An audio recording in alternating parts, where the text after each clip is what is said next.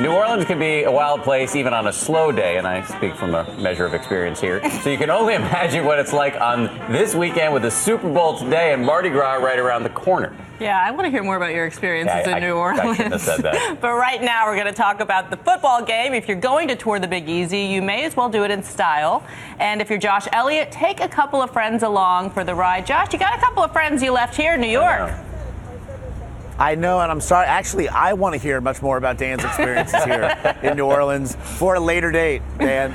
But yeah, look, I was lucky enough to tag along with my man Sam and our pal Robin Roberts as she made her homecoming here to the Gulf Coast. And as we hit the town, look, there's no one better to show it to you than the man who virtually owns it, the one, the only, Emeril Lagasse.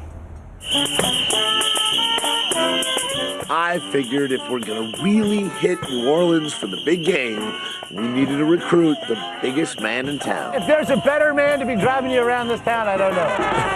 Bam! Lagasse, here! Emeril Lagasse, who's called the Crescent City his professional home for over 30 years. So what was your first job here, Emeril? 1982. My first job is I took over Commander's Palace. And that's a pretty famous little spot. That's a famous spot. I worked for the Brennan family. They're still my family. I just fell in love with the city and the people and the food, of course.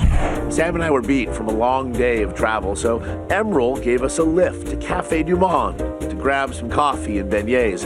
And along the way, he showed us his New Orleans.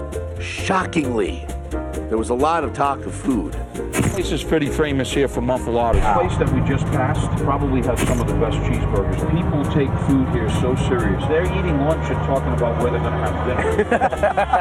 And of course, you can't forget the music. This spot right here at Marion, this is tons of music. Like you just heard Kermit? Yeah. That's tons of music will be happening there. And with the whole city decked for both the Super Bowl and the annual Bacchanal of Mardi Gras, the streets are packed. Here, how about But enough about that. I had other priorities. The recipe for what else? Thank you. It's coffee and beignets. There we go. Established in 1862, 151 years, and this is all we serve. My craving satisfied, Emeril insisted there was more to New Orleans life than delicious, delicious beignets. What?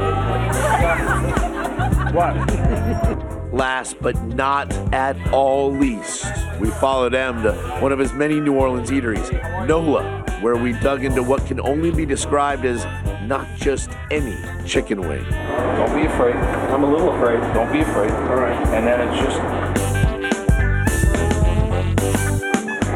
Don't tell me that's not a good chicken wing.